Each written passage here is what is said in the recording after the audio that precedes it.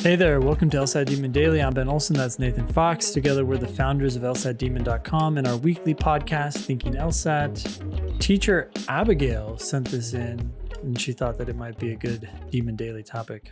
Yep, it's from Shaun, who is a free user of LSATdemon.com and wrote in to say, Nathan has mentioned multiple times on LSAT Demon Daily that lawyers are masters of the English language. If we're trying to become better at English and its vocabulary, what book suggestion or just suggestions in general should someone take to improve on it?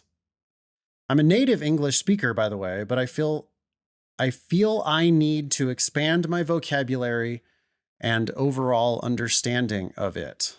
And that's coming from Shaun. Ben, do you want to recommend a book or a suggestion in general? Well, Shaun, if there's a book that you want to read, that could be helpful. But I think a good way to get good examples of how the English language should be written and used, I would read the New York Times and I would look up words you don't know. The New York Times is well written and they use vocabulary all the time that's slightly above the average speaking. Yeah, I think you need to read, Shaun, just read whatever it is that you want to read. The better you get at reading, the more you'll want to read stuff that's well written.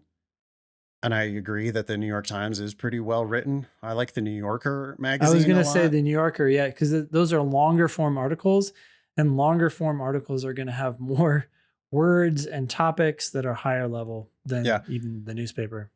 But I do want to recommend one book in particular, and it's called The Goddamn Dictionary. The dictionary is your best friend for expanding your vocabulary. I can't tell you how powerful it is. I've had this habit now for, what do you think, Ben, 6 months or something like that we've been talking about looking words up? Sure. Looking words up is ridiculously good for helping you improve your vocabulary. Because if you're looking up, I mean, if you straight don't know a word, then yeah, absolutely, you need to look it up. But if you think you know a word and then you see it used in any kind of a novel context, that's just the perfect time to look it up and read maybe multiple definitions of the word or the etymology of the word to see where it's actually coming from.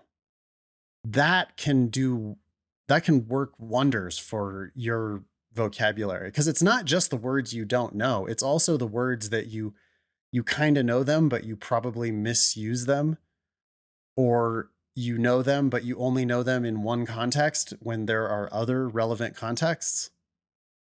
So I would encourage you, when you're reading and when you're writing, to look up words pretty constantly. I was reading, do you know The Expanse, Ben? Have you or the kids watched at all The Expanse? I think it's an Amazon Prime show. Yep. Yeah, it's about space. Yeah. So I started reading those books. I'm on like the fourth one now. Okay. And they're kind of like young adult fiction almost. I mean, it's not at all like highfalutin, but I'm a nerd and I like sci-fi stuff. And I've just kind of gotten into these books, and that's fine. You know, they've kept me motivated to keep reading, which is the number one thing. But I look up words there, and I do it on my Kindle. So it's just automatic, you know, click and hold the word and it just pops up definitions for you, and Wikipedia. But last night, I looked up the word maudlin, Maudlin, because it was just presented, you know, even though it's like almost young adult fiction, right?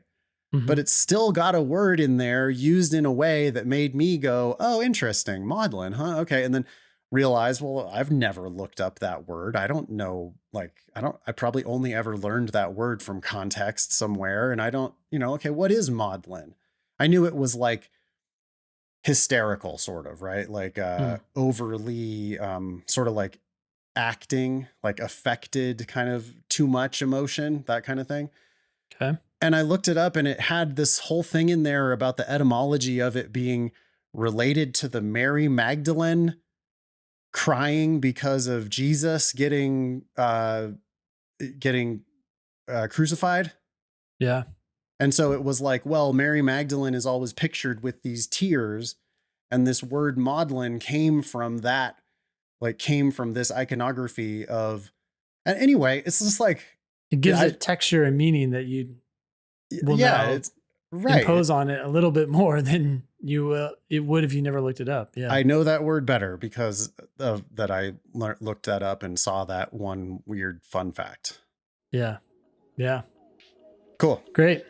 Email daily@lsatdemon.com if you'd like to ask us a question or share some LSAT or law school admissions news. Thanks for listening.